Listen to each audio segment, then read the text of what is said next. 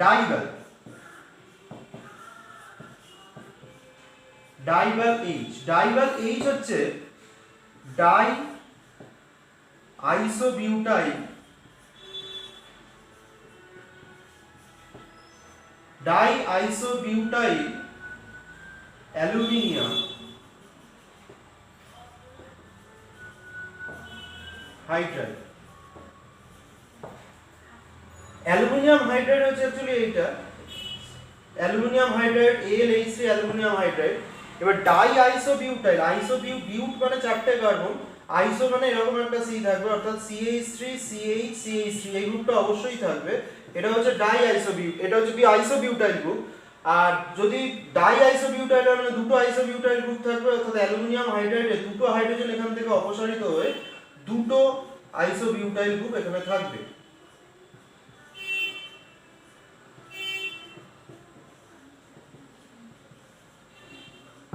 এটা থাকবে, তাহলে দুটো আইসোবিউটাইল গ্রুপ এর সাথে যুক্ত হয়ে অ্যালুমিনিয়াম হাইড্রাইডের সাথে যুক্ত হয়েছে, যে ডাইভাল তৈরি করেছে।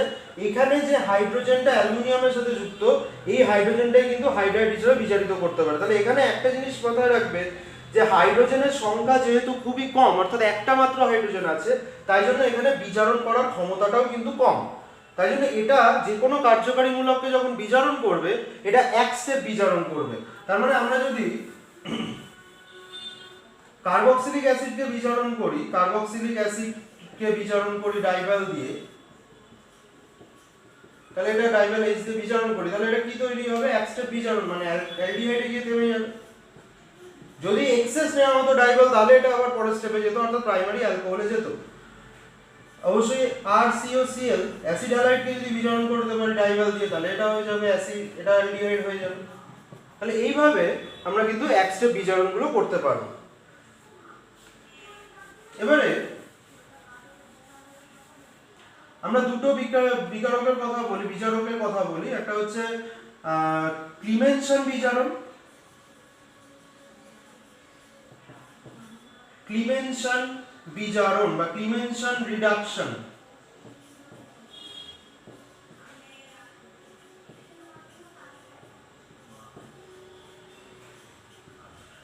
আর একটা হচ্ছে উলফ-কির্শনার,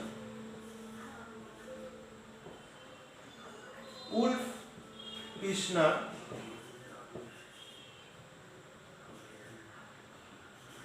বিজারণ।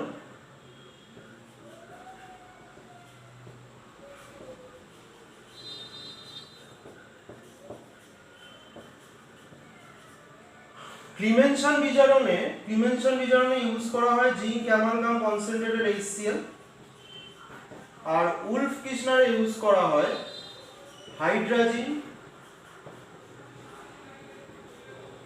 হাইড্রাজিন এবং NaOH বা KOH, কার তীব্র ক্ষার ইউজ করা হয়, তার সাথে তাপ ইউজ করা হয়। এটা খেয়াল করে দেখতে পাচ্ছ, এটা অ্যাসিড মাধ্যমে বিজারণ হচ্ছে, এটা ক্ষারীয় মাধ্যমে বিজারণ হচ্ছে। যদি অ্যাসিড মাধ্যমে বিজারণ হয়, এটা বিজারণ কাদের করে? এই দুটো ক্ষেত্রে বিজারণ কিন্তু কার্বনিল গ্রুপেদের হয়, অর্থাৎ অ্যালডিহাইড কিটোন শুধু যে C ডবল বন্ড ও গ্রুপটা থাকে, সেই C ডবল বন্ড ও গ্রুপটাই শুধুমাত্র এখানে বিজারিত হবে অ্যালকিন তৈরি করে, মানে অ্যালকেন তৈরি করে, অর্থাৎ CH2 গ্রুপ তৈরি করে দেয়, মিথিলিন গ্রুপ। CO টা বিজারিত হয়ে CH2 গ্রুপ তৈরি করে।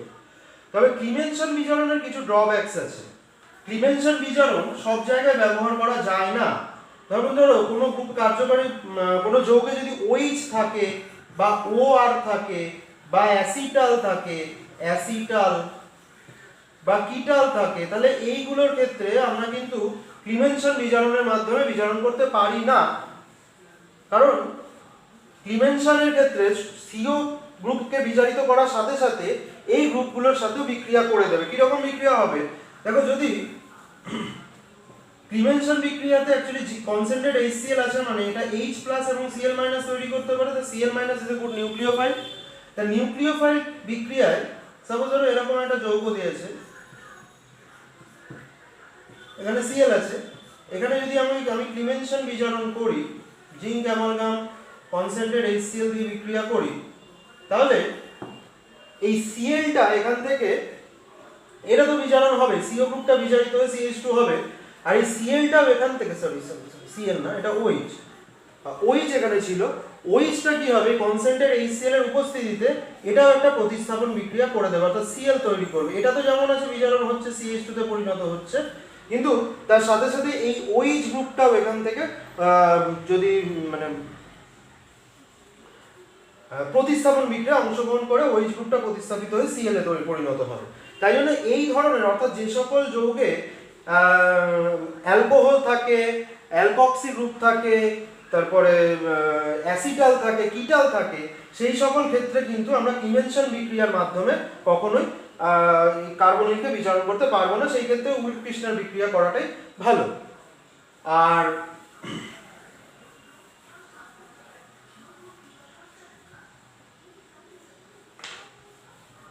উইলফ-কির্শনার বিক্রিয়ার ক্ষেত্রে একটু ভালো করে দেখো কিভাবে বিক্রিয়াটা হয়। কার্বনিল গ্রুপটা এরকম থাকে, এর সাথে উইলফ-কির্শনার মানে NH2 যদি নেওয়া হয় সেটা থেকে H2O টা বেরিয়ে যাবে প্রথমে, তাহলে এখানে C double bond N NH2 হবে। তো এরকম যদি NH2 হয়, এরপরে এখানে যে OH মাইনাস আছে, ক্ষার আছে যেটা, সেই OH মাইনাসটা এখান থেকে একটা হাইড্রোজেনকে অপসারিত করবে, অপসারিত করে এটা মাইনাস তৈরি হবে। তাহলে তৈরি কি হলো double bond N NH minus.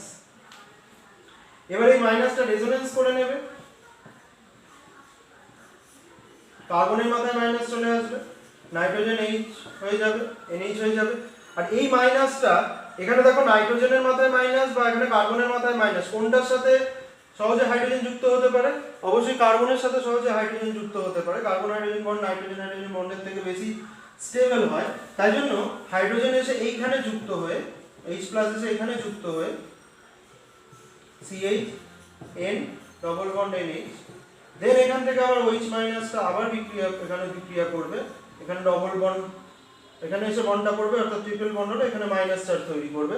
তাহলে CH মাইনাস আর এটা নাইট্রোজেন গ্যাস হয়ে এখান থেকে বেরিয়ে যাবে। এবারে যে দ্রবণটা আছে সেখান থেকে H+ সংগ্রহ করে নিয়ে ও CH2 হয়ে যাবে। তার মানে এইটা হচ্ছে বিক্রিয়ার মেকানিজম উইলফ-কির্শনার বিক্রিয়ার মাধ্যমে। তাহলে আমরা যে যে কার্যকরী মানে যে যে বিকারকগুলোর সাহায্যে আমরা বিজারণ শিখলাম সেগুলো হচ্ছে নিকেল হাইড্রোজেনেশন যেগুলো সাহায্য করেছি, তারপর sodium borohydride, lithium aluminium hydride, DIBAL H, এগুলোর সাহায্যে বিজারণ শিখলাম। এছাড়া উইলফ-কির্শনারের মাধ্যমেও কিন্তু আমরা এখানে বিজারণ শিখলাম। আরেকটা বলে রাখি যে রেড PHI ও খুব শক্তিশালী বিজারক পদার্থ। এটা যে কোনো জায়গা থেকে অক্সিজেনকে অপসারিত করতে পারে, যেমন এখানে এই অক্সিজেনটাকে বিজারণ যদি রেড PHI দেওয়া হয় তাহলে এটা বিজারিত হয়ে গিয়ে RH হয়ে যাবে। যদি RCH ও থাকে তাহলে এটা বিজারিত হয়ে ওটা চলে যাবে, এবং এর বদলে দেখো কার্বনের আমি এখানে কার্বন একটা লিখছি, কার্বনটা একটা আছে সে একটাই লিখছি। এবার কার্বনের সর্বাধিক যোজ্যতা তো 3, তাহলে এখানে একটা কমপ্লিট হয়েছে, তাহলে সর্বাধিক যোজ্যতা 4, এখানে একটা কমপ্লিট হয়েছে, তাহলে বাকি হলো 3টে, তাই 3টে হাইড্রোজেন পূর্ণ করে দিচ্ছে, তো CH3 হলো। একইভাবে যদি কার্বক্সিলিক অ্যাসিড করি RCOOH, তাহলে সেটাকেও রেড PHI দিয়ে বিজারণ করলে সেটাও তৈরি করবে কিন্তু RCH3। তো এইভাবে বিজারণ প্রক্রিয়াগুলো হয়ে থাকে।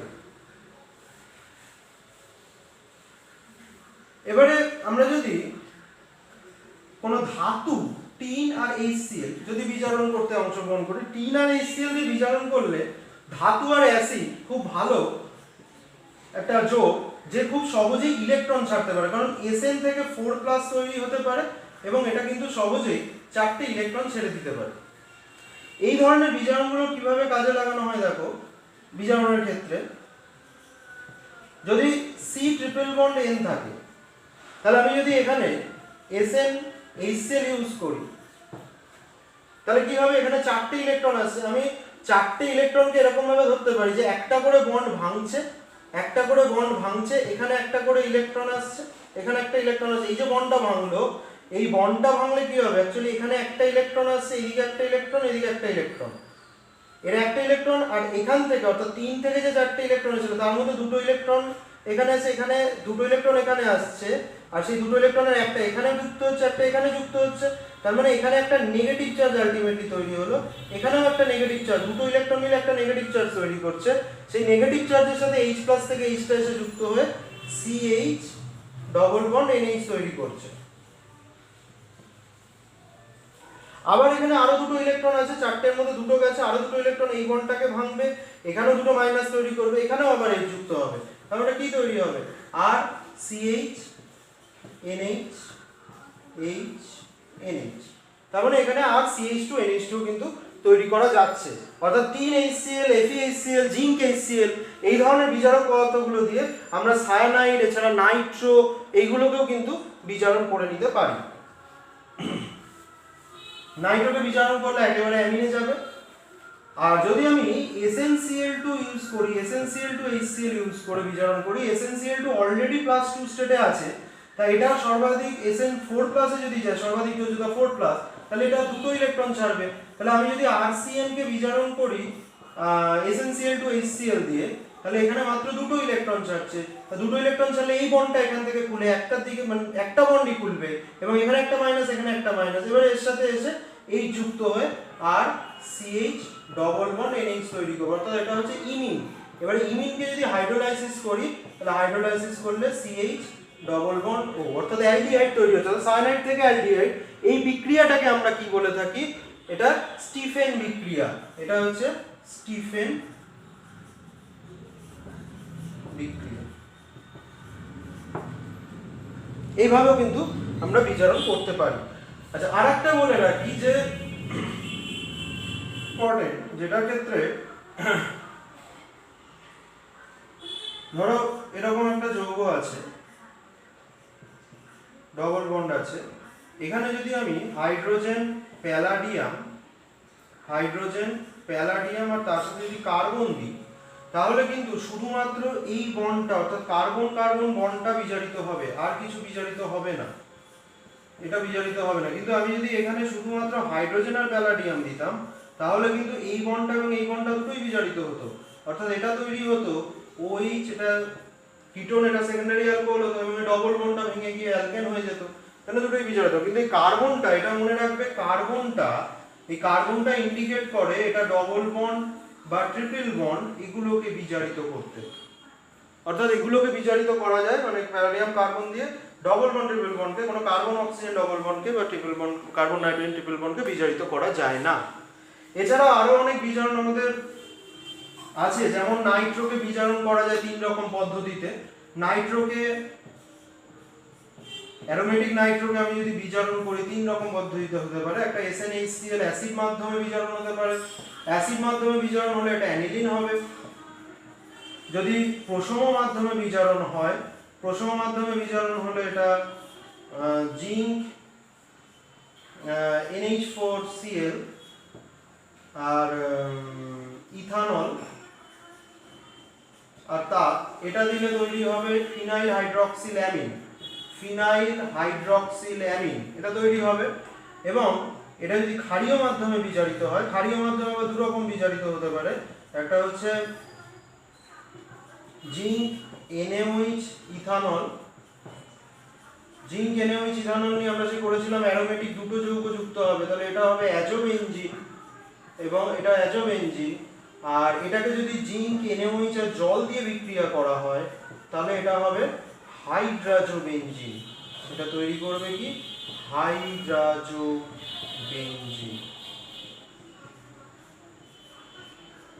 সুতরাং বিভিন্ন রকমের বিজারণ বিক্রিয়া হয়ে থাকে।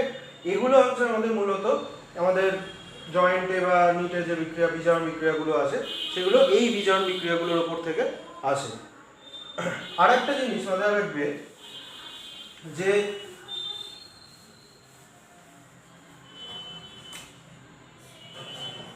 এই যৌগটা, অর্থাৎ CHOH, এই যে যৌগটা ইউজ করা হয়, এটা হচ্ছে ইথিলিন গ্লাইকল। এই যৌগটা ব্লকিং এজেন্ট হিসেবে কাজ করে, মানে কোনো কার্যকারী মূলককে আমরা যদি ব্লক করতে চাই, অর্থাৎ ওটাকে বিক্রিয়া অংশগ্রহণ করাবো না, অথচ এমন রিয়েজেন্ট ইউজ করছি যাতে ওইটা বিক্রিয়া করে যায়, সেই ক্ষেত্রে এটা দিয়ে ব্লক করিয়ে নিয়ে অন্যটা বিক্রিয়া করানো হয়। যেমন আমি একটা উদাহরণ দিয়ে বলি, ধরো C ডবল বন্ড O আছে, তার সাথে CH2 C double O H আছে। এটা সাধারণত অ্যালডিহাইড কিটোন এই কার্বনিল যৌগগুলোর সাথে বিক্রিয়া করে এবং অ্যালডিহাইড কিটোন এই কার্যকরণগুলোর সাথে এই ইথিলিন গ্লাইকল বিক্রিয়া করে এটাকে ব্লক করে দেয়। ব্লক করা মানে দেখো আমি এটাকে ভেঙে নিচ্ছি স্ট্রাকচারটা।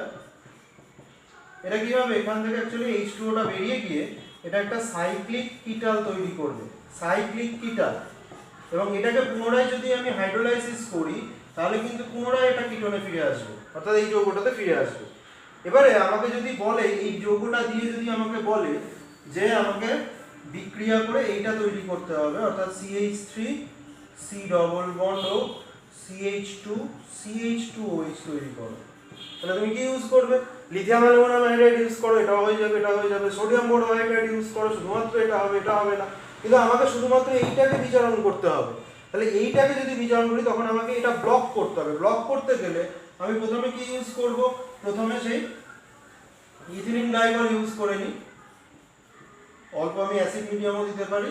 ইথিলিন গ্লাইকল ইউজ করে নিলে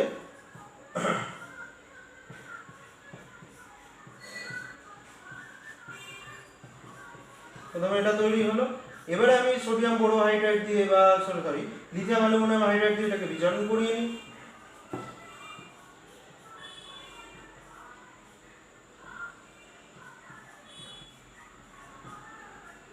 তাহলে এখানে সি ডবল ওইচটা বিজারিত হয়ে CH2OH তৈরি হয়ে গেল। তারপর এটাকে আবার হাইড্রোলাইসিস করে দেবো, এটাকে হাইড্রোলাইসিস করে দেবো, দিলে আবার এটা ওপেন হয়ে যাবে। তাহলে তৈরি কি হবে? CH3 C ডবল বন্ড আর এদিকটা সেখানে দেখা যাবে না, আমি এটাকে মুছে লিখে দিচ্ছি আবার। তার মানে এটাকে আমি যদি আবার হাইড্রোলাইসিস করে দিই তাহলে এটা হবে CH3 C double bond CH2 CH2OH। তাহলে বুঝতে পারলে যে আমি C ডবল H গ্রুপটাকে শুধুমাত্র বিজারণ করব, কিটোনকে বিজারণ করব না। সেই ক্ষেত্রে কিন্তু আমাকে ওই ব্লকিং এজেন্টটা ইউজ করতে হবে। তা এইভাবে আমরা বিভিন্ন প্রক্রিয়া কাজে লাগিয়ে আমাদের যতগুলো বিজারণ আছে মোটামুটি আমাদের সিলেবাসে সেগুলো করলাম। তা তোমরা এটা বারবার দেখো এবং এটা মাথায় রাখার চেষ্টা করো যে প্রথমে যেটা বলেছি একদম প্রথমে, যে কোন গ্রুপটা থেকে কোন গ্রুপটায় বিজারিত হয় এবং সেই বিজারণগুলোর জন্য কি কি বিজারক পদার্থ কাজে লাগে সেইগুলোকে কিন্তু তোমরা মাথায় মনে রাখার চেষ্টা করো এবং বারবার প্র্যাকটিস করো, তাহলে দেখবে আস্তে আস্তে নিজেরা রেডি হয়ে যাবে। Thank you. যদি ভালো লাগে ভিডিওটা তাহলে শেয়ার করো আর চ্যানেলটা সাবস্ক্রাইব করতে ভুলো না। Thank you.